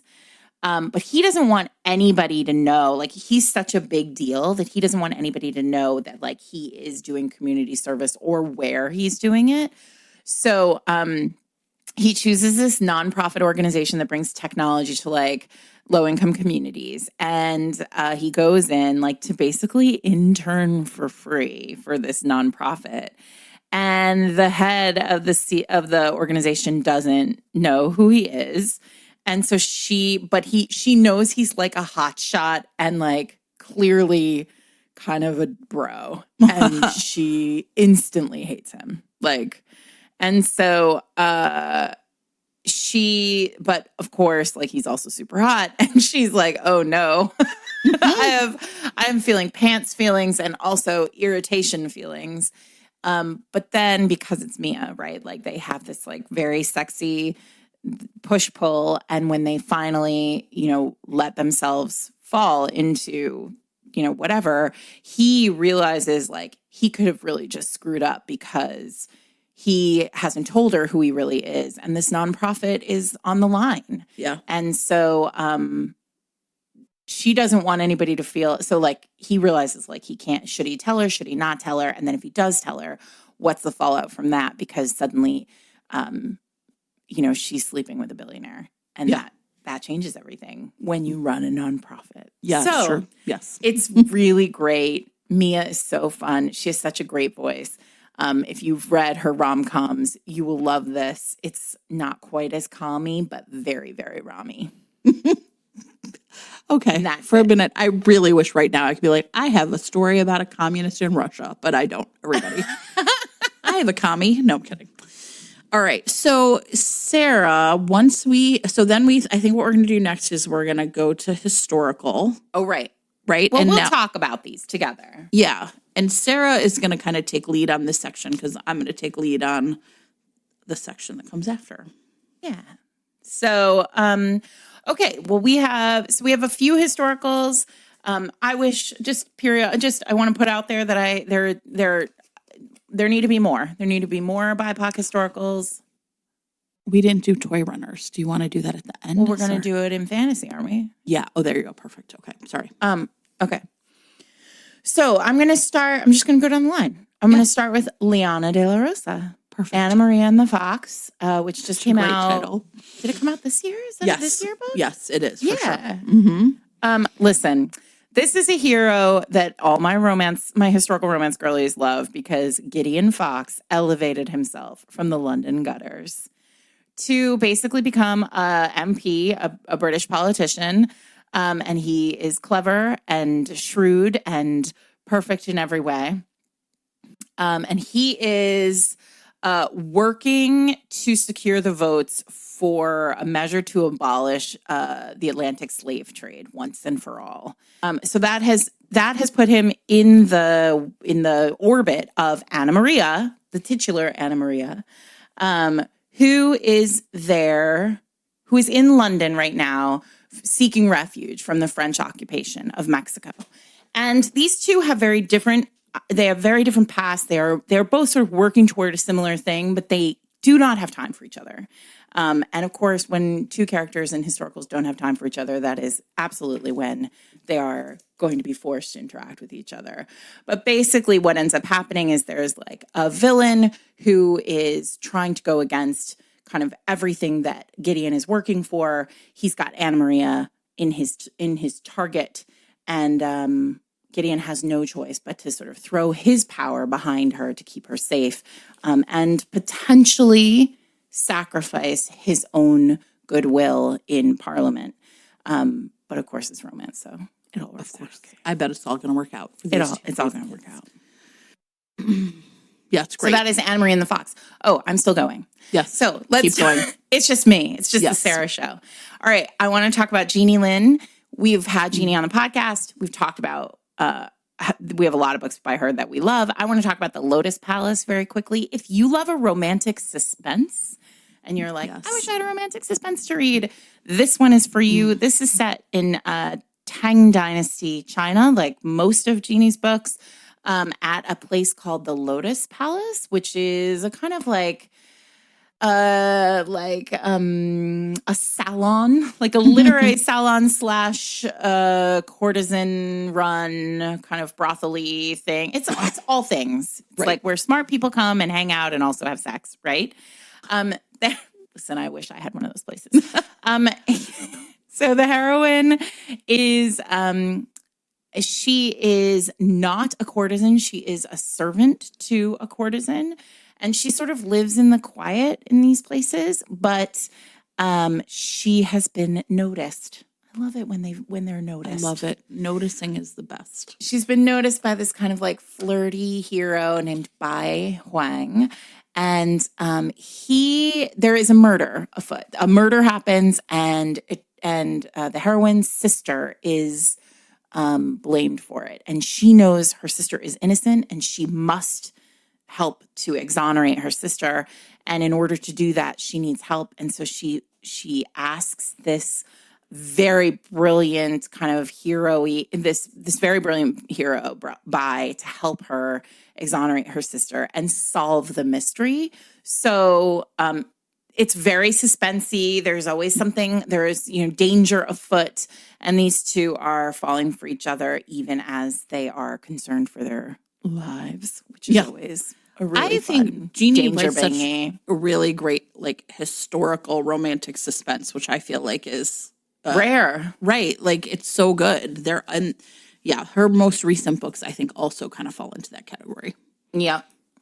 We've talked about Rebel Carter before, but I always think she's worth recommending in the historical world. Heart in Hand is my favorite. It's a mail order bride heads off into the American West, and only to discover that she has been summoned to like a town in the West by not one, but two husbands who would like for her to be both of their wives. And it's sexy and great. So that's it. That's just a quick one. The Duke Gets Desperate is brand new from Diana Quincy. This one is for anybody who I mentioned this exact plot on our interview with Nikki, because I really love it when a heroine inherits a castle. And this one is about a heroine Raya, an Arab American woman who inherits a rundown castle in the English countryside, turns up and clashes directly with a random duke who insists, no, she did not inherit this castle because he inherited this castle. Ooh, boy. So, but unfortunately for both of them, this castle is pretty much bankrupt. And so they have to work together to make some money off this big heap of rocks in the middle of England. Amazing. Diana's books are wildly sexy and super duper fun. And that one is out, in fact, this week. It came out yesterday. Perfect. Kiana Alexander's A Radiant Soul is my next one. Have you read this one, Jen? No, I don't think so. Okay, this is a novella that was originally published a million years ago in the Daughters of a Nation anthology, which I think was published. Oh, no, it was self-published. And it had a collection of authors, including Alyssa Cole and Lena Hart and Piper Hewley and Kiana. And Kiana's is one of my favorite novellas from that book, and you can get it by itself. It's called A Radiant Soul. And this one is so great because all of these novellas were very political, but this one is set in 1881 in North Carolina. And the heroine, Sarah, is visiting North Carolina from the Wyoming Territory because she is a vocal advocate for suffrage, for women's suffrage. And she has sort of kept this a secret from her family and friends, but now she is back east and she is figuring out like how she can help with suffrage on the East Coast. She runs into the hero who is a very, very vocal advocate he works with the Sons of the Diaspora, and he is working to enforce the 15th Amendment post-war, right? Cool. So they are obviously like super into each other because brains and brilliance, right? But Owen kind of has this moment where he's like, hang on a second. If you're working for suffrage and I'm working for the 15th Amendment, is your work distracting from my work? Right? So this is this really fascinating like intersection of it's this intersection of like how social justice works, how social justice gets layered, why we need everybody pulling on different strings in the same way. Cool. And of course, they fall in love because they're both Of course, incredibly passionate about everything. It's great. Amazing. So that's A Radiant Soul. And then finally, I'm sneaking this one in. I want to talk about Kennedy Ryan's Reel, which Perfect. is actually sort of a contemporary, but also has this like Harlem Renaissance script that's written through it. So cool. Kennedy's so clever. It's a contemporary romance about an actress and a director who are working together on this like passion project where about a love story set in the Harlem Renaissance. And it's really beautiful because in classic Kennedy fashion, she's doing like 17 different things at once. But the love story that she writes into the script is this like lush Harlem Renaissance love story, which there should be more Harlem Renaissance love stories because I bet like there's just so much rich. I know, right? Food to feed on there. So head over to Reel. Also, if you like Kennedy and you like me and you want to come to and you live anywhere near Winston-Salem, North Carolina, Kennedy and I are doing this very cool thing at the Bookmarks, the bookstore there, where we are going to be with the symphony, the like Winston-Salem Symphony. That's so cool. I know. The symphony has put together the orchestra has put together this like performance of pop songs, but done in like orchestral arrangements, right? Like sure. Bridgerton style. Like Bridgerton style, I was gonna say, yeah. And you can come for the day to hang out with us. Kennedy and I will talk. The symphony's going to perform. There's going to be food and wine. Everything's included in your ticket. There are all sorts of ticket prices, like levels of tickets. You can find all of that information in show notes. It is October 20th at like 2:30 in the afternoon. We'll put it all in show notes, but you can also find it on my website. And come hang out with us. It'll be me and Kennedy and like the symphony orchestra, which is... You've really leveled up. That's all I have to say. I mean, that. I got to tell you, I don't know that they know who they've invited. So. I think it's a good time is about to happen. But anyway, I think that's going to be really fun. It's like it'll be a fun afternoon. Bring your friends, have some wine, have some hors d'oeuvres. So fun. Hang out with us. Listen to them play Renaissance on strings. That sounds amazing. And Kennedy. And Kennedy. It was so fun to hang out with. Yeah, okay. Exactly. So I am going to do everybody a really quick, I have 4 YA books to recommend. And I think we were talking about this. We know you don't usually do a whole lot of YA, but you might have a young reader in your life. And so this is like, because these are such great books and often adults feel like they only know the YA from when they were kids. Mm-hmm. And so, YA has come a long way. And so here are 4 really terrific YA romances. So if you have a young reader or want to request them from your library or, get them for your local school, then great. Okay. So I'm going to start off with actually Nisha Sharma. You all know and love her adult romances. You might not know that she also has written a couple of great YA romances, and her most recent one is called The Karma Map. And the reason I think kids would really like this book is that it essentially has 2 kids, Tara and Silas, who are going to go on sort of almost like a birthright type trip to India, right? Like, so they have, they're going to leave their families behind and you go with like a big group of people. And I feel like a lot of kids actually have an experience like this, right? Like I'm going to go somewhere and like learn about like my family, my culture, like a language. And so in this case, one of the things that's really interesting about this is Tara, if you've read her previous YA books, was kind of a mean girl in a previous book. She is, really popular on social media. She has a spot on the, really really well-known and well-respected Bollywood dance team at Rutgers High School. But then sort of everything shatters, and she is now, everyone kind of, it feels like, knows the truth about her, and in a terrible public way. So she goes, she expects a position as guide for this, like her youth group's tours through the temples of North India. And she just really feels like maybe she just needs to leave all of this like complicated, confusing stuff behind. And like, there's no social media, she's just going to do it. Silas is actually doing something really cool, which is that his two moms went on this exact same trip when they were teenagers and met and fell in love. And they have all of these photographs of themselves in these places. And so he is planning to go, he's a photojournalist, and he's going to recreate the photographs that were such an important part of his childhood.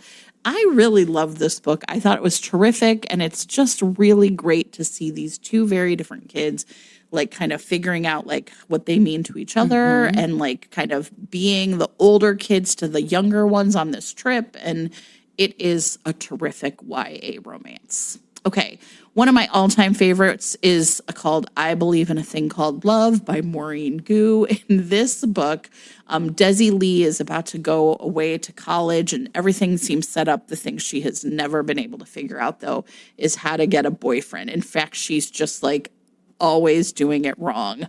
And her friends even have like some joke they're constantly making about her, about how terrible she is at flirting and dating and all that stuff. So she decides one weekend that her family, her dad loves K-dramas, and he watches them obsessively. And so she like spends a weekend essentially just like mainlining K-dramas in order to make a list of how the K-drama rules for true love. And so she figures to get this boy she likes, what she's going to do is follow just like what people on K-dramas do. And that's certainly going to like all work out great. And it does, but it also is, I don't know. Like there's a really memorable scene where she sets up like road spikes. I love it. Desi, what are you doing? Maureen Gu writes a terrific YA romance. This was the first and kind of still my favorite, but there's a bunch of them that are really good. Okay, another real like YA romance like juggernaut is a woman named Adiba Jagadar, and she wrote a book that kids really loved called Hani and Ishu's Guide to Fake Dating, which is one girl comes out as bisexual and everybody kind of makes fun of her almost. And so she's like really kind of popular and cool. And then somehow they essentially are like, you can't really be bi, you've only dated guys. So she kind of panics and says that she's actually dating this girl that everybody essentially thinks is just like this nerdy overachiever.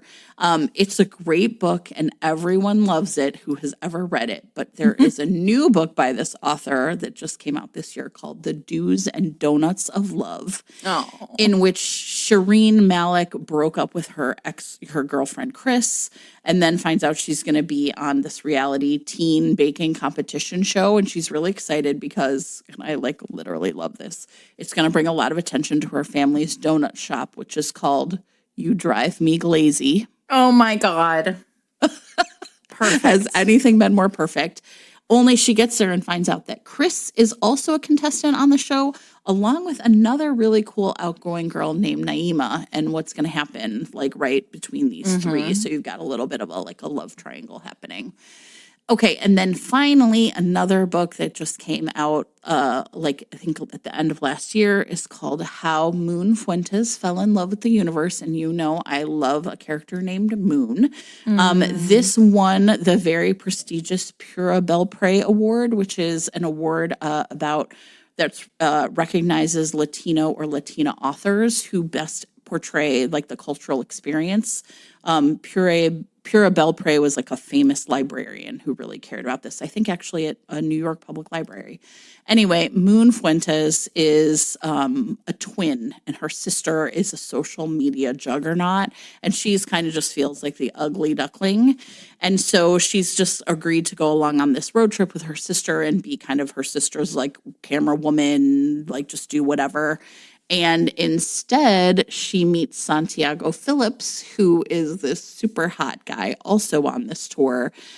They are certain they hate each other, but maybe all of this close proximity and perpetually being together is going to make her figure out that she's not the ugly duckling after all. Aww. That's how Moon Fuentes fell in love with the universe. All of these are terrific YA romances if you have a young reader in your life. Can I add a children's romance? Sure. Yes. Because we like to indoctrinate them young here in McLean House, McLeanville. I want to talk about Maggie Takuta Hall's Love in the Library, which got a lot of attention this year because of her author's note where the publisher removed references to racism, which is shocking when I tell you about what this book is about. It is the true story of Maggie's grandparents who were interred during World War II in an incarceration camp for Japanese Americans. I just want to say, like, as somebody who grew up in New England, I did not know this even happened until I got to college because no one ever told me in school that we had done this. So if you live outside of certain areas of the country, you may not know that this happened, but in fact it did. American citizens who were of Japanese descent were interred in incarceration camps throughout the American West. Their parents, or her grandparents, her grandmother worked in the library in the camp, and her grandfather would go to the library, and they fell in love. And this book is the story of him going to the library every day and falling in love with her grandmother. And it is so beautiful and so emotional, and I just love it so much. And it is the perfect first romance for your picture book readers. That's called Love in the Library by Maggie Takuta Hall.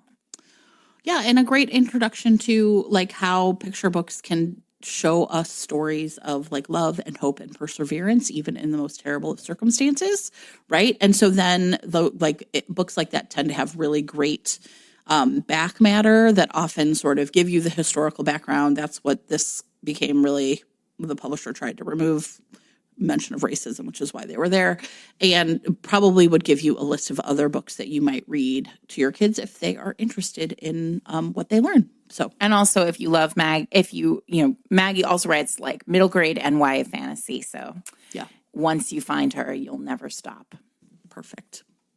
Okay, so we have we're going to round out with a couple of kind of fantasy sci-fi. Is that right? And then we're done. Let's do it.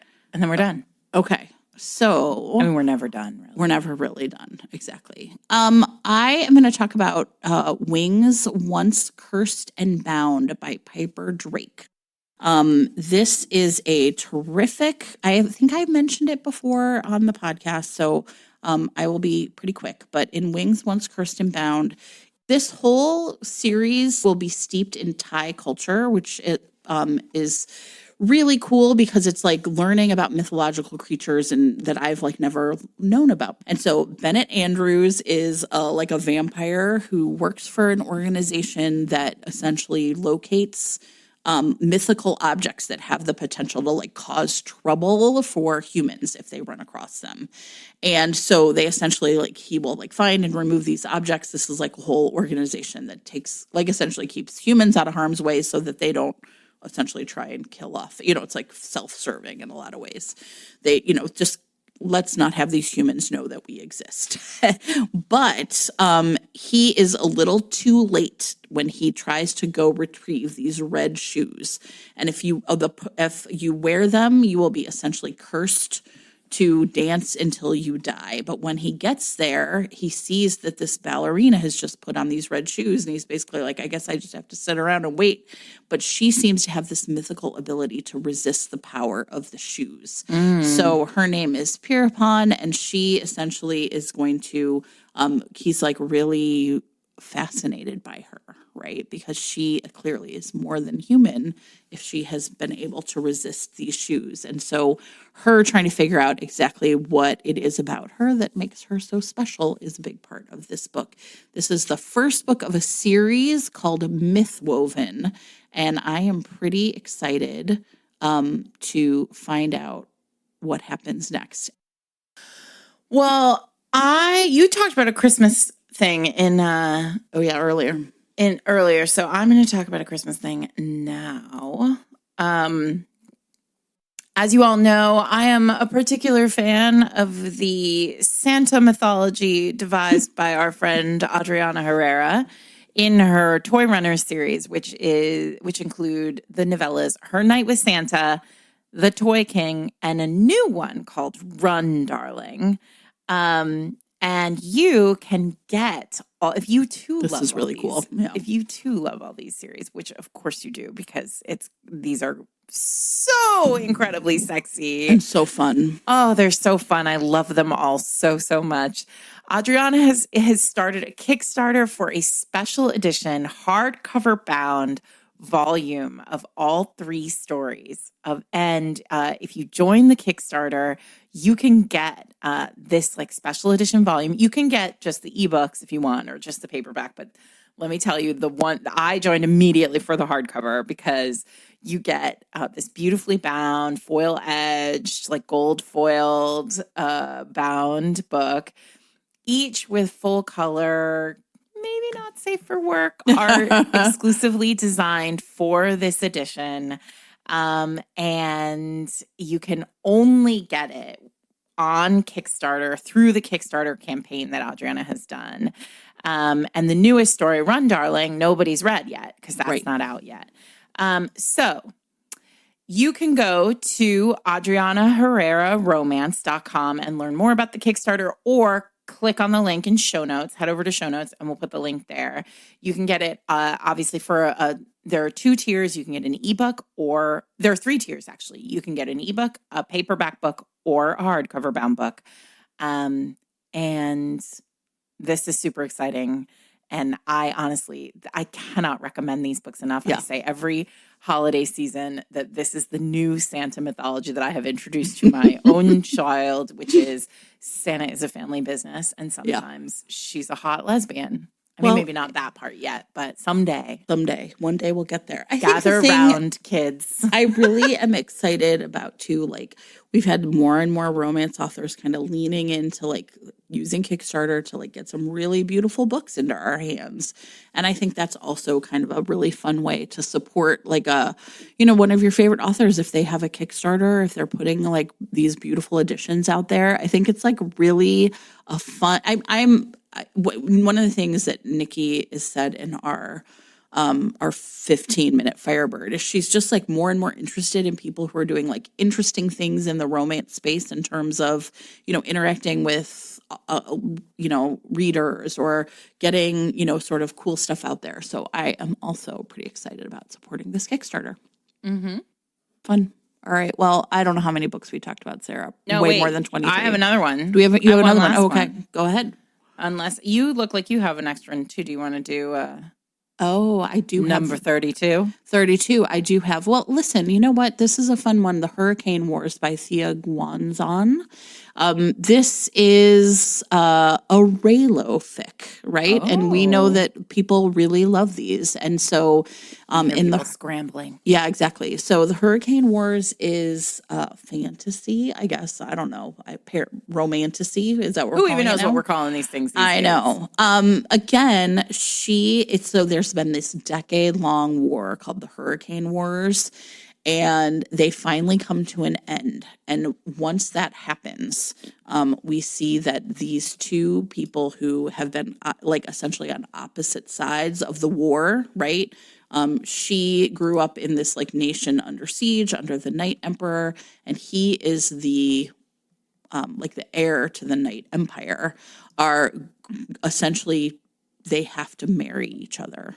And so a lot of the book, like essentially the book starts with the end of the Hurricane Wars, and then it's like time for these it's like time for like diplomacy. Right. And so now we get these two. Taliesin is essentially, she has this special like ability to like weave light magic. And like, of course, the Night Emperor, it's just like darkness. And so he is Prince Alaric, and we're going to see what happens when these two get together. So this is the first of a series.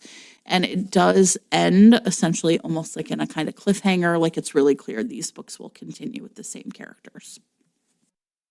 So I want to end with Celestine Martin because we're coming up on spooky season. So it's witch time, my babies. The first of these books is Witchful Thinking. This is the Elemental Love series. Her next book, Kiss and Spell, I think comes out June. Yeah, yesterday. Okay, I was going to say, yeah. The 26th. So yeah, yesterday. So, but I'm going to talk about Witchful Thinking because I haven't read because I haven't read the new book yet, but I am very excited to read it. So in Witchful Thinking, our main character, Lucinda, is like, it's just this like seaside witchy town where magic happens. And she is alone, but she like she's a teacher and she has a garden and she sort of conjures and she's very happy, except she seems to wish kind of regularly for just there to be something more in her life, for things to get more exciting. And one night, she actually wishes too hard and the wish becomes a spell and she accidentally spells herself. And all of a sudden, Lucy cannot say no. So she has to say yes to everything that happens to her. It's like a year of yes experience, except bewitched into saying yes. So like she has to say yes to like performing karaoke and she doesn't want to, like, but she has to say yes to running a 10K. And then her high school crush, Alexander, comes home and his house is like bewitched in some way. And he's like, I need your help, Lucy. And she has no choice but to say yes because she has to say yes to everything. And so now they are stuck together. He is ready to go. He just wants to like unhex his house and then like sell it and he will be in the wind. But he's asked for her help and now like she can't stop helping him. And so amazing. It's until she is also unhexed. And so there is a kind of sense of how are we going to like fix all of this magic, chaos. And also how are we going to stop ourselves from falling in love? I mean, maybe what's going to happen? Exactly. So that is Celestine Martin's Witchful Thinking. It's really charming and, leading us right into the spooky season. Get your pumpkin spice on. Exactly. Put on a sweater. And well, listen, I think we did a fine job today. Listen, we listed a lot of books. This episode is probably 800 years long. So we're just going to wrap it up really fast. If you want to find out more about the 23 for 23 project, you could go to 23for23.net. Those are just like the digits, right? You don't have to spell out 23. They have a list of possible books that you might want to check out by the authors that are sponsoring this project. As well as social media, like clips and, graphics that you can use. So, listen to Nikki, like love and talk about these books. That's all you have to do. Yeah. If you are a social media person, please use the hashtag 23for23 when you shout about the books that you're reading. If you're not a social media person and you just want to help, head over to Amazon or to Goodreads, leave a review once you read these books. Reviews matter a lot to publishers. And they matter a lot to these like weird algorithms, especially at Amazon. So leave an honest review, but make sure that you do support books and authors books and authors of color. Yes. So you can check us out on Patreon. You can find us on Twitter for now, Blue Sky, sort of, Instagram. Blue Sky now? See, I didn't even know. I'm learning along with everybody. Instagram is probably where we're at, and we will, see you next time. Have a great week, everybody. And if you're on the Discord, post your recommendations for 23 for 23 books by and about BIPOC people. double thing, but yes. We're trying, everybody. Bye. Chapter 1. Grayson Cartwright, a.k.a. a guy who should have picked a different bar. It would have been nice if today could have told me it didn't intend to go as planned. Rude today, very rude, but not as rude as the woman currently sitting next to me. Correction, pretending to sit next to me while actually attempting to crawl into my lap and take my kombucha. "Ooh, is that the lime mojito flavor?" she asks, poking at a glass in my sample flight. The outdoor beach bar is lit mostly with tiki torches, and the music is drowning out the sound of the ocean waves. But it's not drowning out the woman. "They ran out before I got any. Is it good?" Should have picked a different seat, in a different bar. Considering how much of a failure every bit of today has been, I didn't even need to come to this state. My phone buzzes on the bar. I lift it, see that both my sister and my former business partner are sending me walls of texts, grimace, and flip the device back over without reading it. Much. The main points are hard to miss. Selfish asshole. You agreed to this. If you were really over it, you'd send her a birthday gift. Quit being a dick and get the lights turned back on. Both of them mad at me for vastly different things. Both of them telling stories vastly different from the truth in order to, oddly enough, try to get back on my good side. I should change my number. Maybe my name, too. And if I don't quit gripping this glass so hard, I'll have to change my shirt as well. I make myself put it down as I realize how badly my hand is shaking. "Can you think of anything sadder than leaving Hawaii without trying lime mojito kombucha?" The woman leans even closer, her hair brushing my arm. I landed in Hawaii 4 hours late because of a maintenance issue with the plane. Then I was assigned a rental car with a flat tire and waited an extra hour before the company could find another car. And once I arrived at the resort where I was supposed to attend, a wedding, everything was crickets. The whole reason I flew across the Pacific was canceled. No destination wedding, no reception, no chance to watch Chandler Sullivan's face when I announced to his family, friends, and new bride that he was a failure who had to sell his family's Colorado Mountain Cafe to me because of online gambling problems. A jilting, apparently. At a resort with so few staff, I gave up on finding someone to check me in and found a different hotel a few miles up the road. And while Chandler Sullivan deserves every shit thing that's ever happened to him, I'm irritated that I didn't get to play a part. Not that I'm normally a dick. Current circumstances happen to be extenuating. I enjoy the hell out of justice being served, and the opportunity presented itself at the exact moment when I needed something to land on the right side of karma, but couldn't get justice anywhere else. And now I'm debating if I want to finish my flight with this woman next to me, or if I want to give up on trying to figure out the mystery flavor in this lemon ginger kombucha and find a better place to attempt to enjoy my limited time in Hawaii. Plenty of places to choose from. Can't beat paradise, even if I didn't get to enjoy my long-coming revenge. Yet, I still own Chandler Sullivan's cafe. Signed the papers this morning before boarding the flight that was supposed to get me here just in time to destroy his life the same way he once destroyed mine. Not the exact same, but close enough. And I still get to watch everyone in his hometown realize what he's done and what will ultimately happen to his family's business. Just not at his wedding. Not that I'm asking you to share. The woman giggles a high-pitched giggle that threatens to split my eardrums while she tries to lean even closer. That would be too much, wouldn't it? Or would it? Wow, your hands are really big. Look at your thumb. That's a really big thumb. I suck in a breath through my nose, twist on my stool to block her with my body, and pretend I can hear the ocean surf over the sound of this woman's chatter and the 80s music playing on the bar's speaker system. Really big thumb, the woman repeats.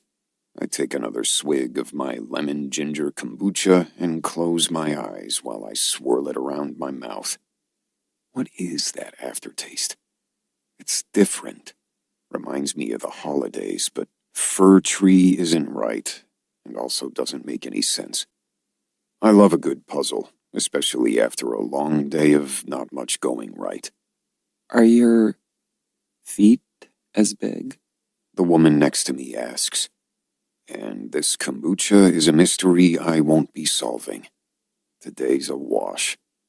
I start to move, leaving most of my flight still intact in front of me when a whirlwind arrives on my other side. Hi, honey, a short redhead says. To me. Sorry I'm late. Parking the car took forever. Did you order dinner yet? Is she talking to me? She subtly moves her green eyes to the woman on the other side of me, then adds an equally subtle eye roll. Honey? She repeats. My brain kicks in, and so does my mouth, right as my phone vibrates on the bar again. No. Silly. You're so good at ordering for me. You didn't have to wait. I know you were starving after. She winks. It's a massive, exaggerated wink that's so unexpected and legitimately goofy that it startles a small laugh out of me. That hasn't happened in weeks. Months. Laughing at a stranger is uncomfortable enough that I almost reach for my phone to see what half-truth message my sister or my former business partner has sent now. Instead, I make myself nod at the woman. I was hungrier than a whale, I agree. And so mellow you forgot to save me a seat. She laughs and pats my hand like touching me is the most natural thing in the world. Her fingertips soft and light as a butterfly's wings, then pulls away before I can process that she invaded my personal space. A wave of goosebumps spreads up my wrist and forearm. Do I know her? I don't know her. I'm positive I don't know her. Not that it's likely I'd run into someone I know at a random bar in Hawaii. To the best of my knowledge, Chandler was the only person I anticipated seeing here that I would have known before. Any of his old friends from college would not have been friends of mine. And this curvy redhead in a shimmery green halter top, flowery skirt, and high-heeled ankle boots wasn't one of his friends in college. I'm positive I've never seen her before. She has an air, a sparkle that almost reminds me of my grandmother. I'd recognize that sparkle if I'd seen this woman before. Excuse me, she says to the kombucha flirt who's been falling all over me. Do you mind moving down a seat so I can sit with my husband?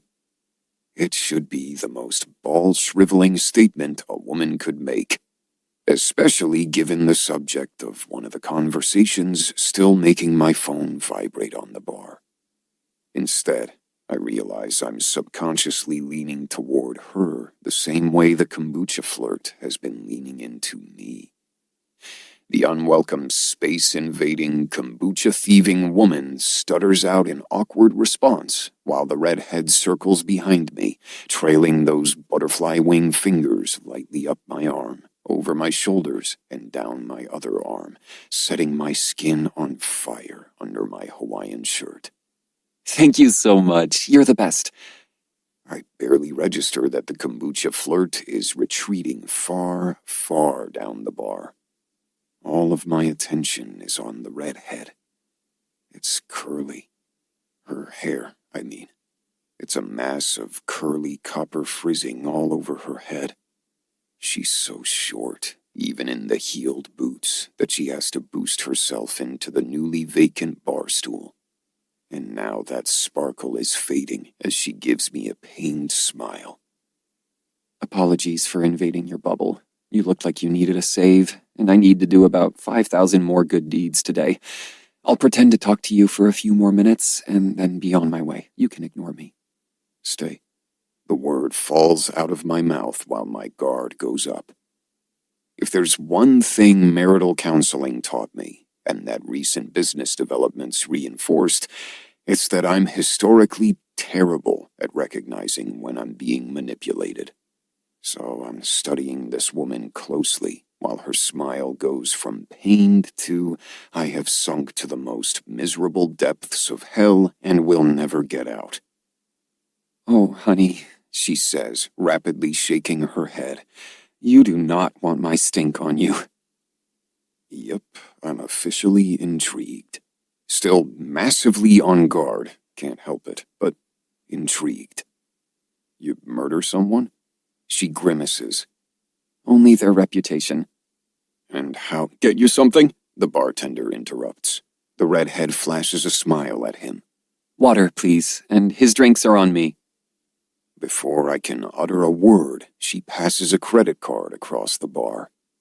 I have umpteen messages from my sister making my phone vibrate endlessly because I failed to contribute to or RSVP for the massive birthday bash she's throwing for my ex-wife in Antigua next month.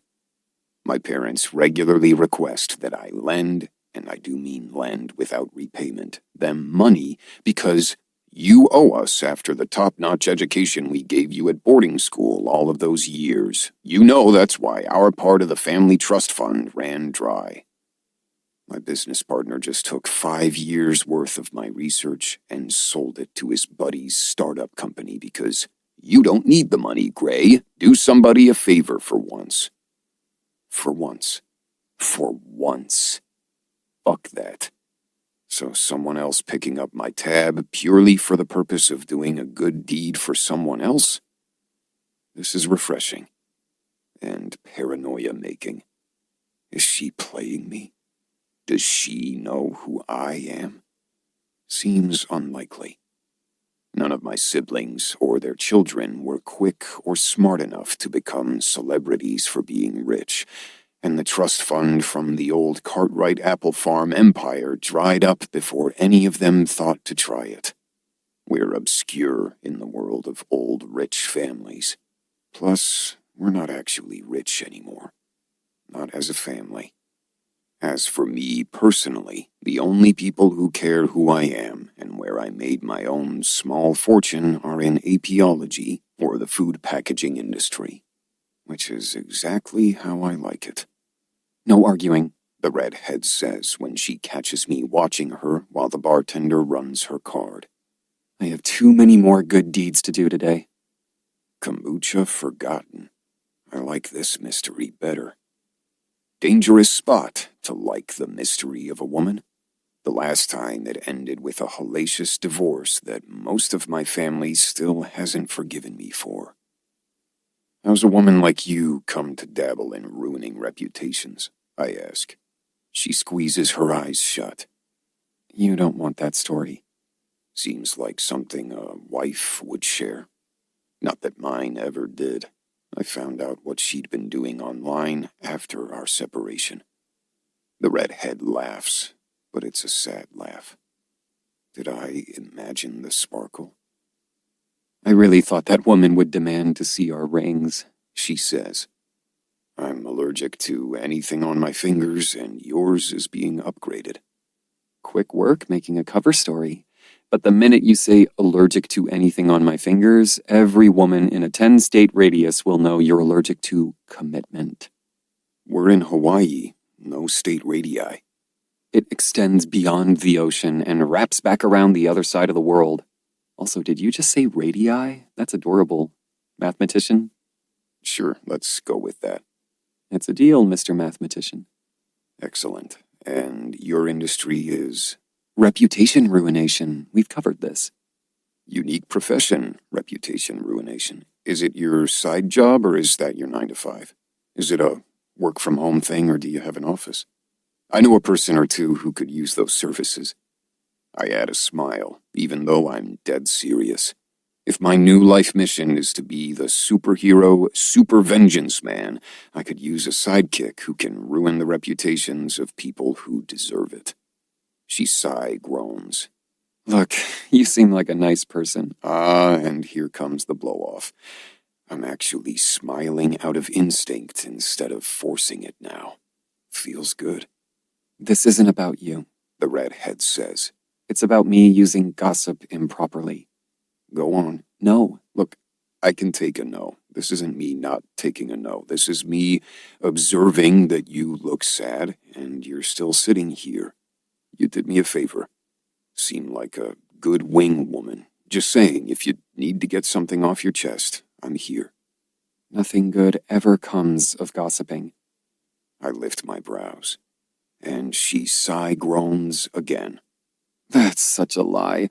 Lots of good comes from gossiping. Do you know how many of my friends I saved from not just bad relationships, but potentially dangerous relationships because of gossip? How many people I've saved from getting into the wrong job? The number of family reunions that weren't even mine that I saved with a well-placed, you should consider bringing something else because potato salad is your fiance's aunt's thing, and if you tread on that, she'll leave her dogs to his sister instead of him, and you know how much he loves Fluffy and Sparky. When you know everything there is to know about your community, you can use your knowledge for good. You don't have to just use it for evil. Saving someone from being disinherited over potato salad seems like a good use of gossip. I'm off gossip. Those poor dogs. I hope they're happy with second-rate parents. Huh. I'm being funny. She chances a look at me, a hint of an actual smile twisting her curvy lips and a little sparkle coming back into her green eyes. Confirmed. I am being funny. What's your name? I ask her. She shakes her head. I'll go first. Hi, I'm Duke. Lovely to meet you. You're Duke. Don't I look like a duke? She bursts out laughing, which does a funny thing in my chest area that I actively ignore no matter how much I want to like it. No. I fake a gasp of horror. You gossip and mock my name? It's just so ironic, since my name is Duchess. It's my turn to laugh. Actually laugh. Who am I, and what's happening to me? She props an elbow on the bar and settles her head in her hand, watching me while she swings one leg. Are you a gossip? I'm a hermit in training. She gestures around the open-air bar. Clearly that's working out well for you. This is me being the bigger person and not burdening you with gossip about my life. She studies me, as though she's trying to decide which of those statements I'm serious about. Both. I might have given her a fake name, but I would absolutely be a hermit, and I had no intention of being the bigger person at any point today, so it's quite remarkable, really. You didn't need a save, did you? She drops her head in her hands and groans. I can't even do good deeds right today.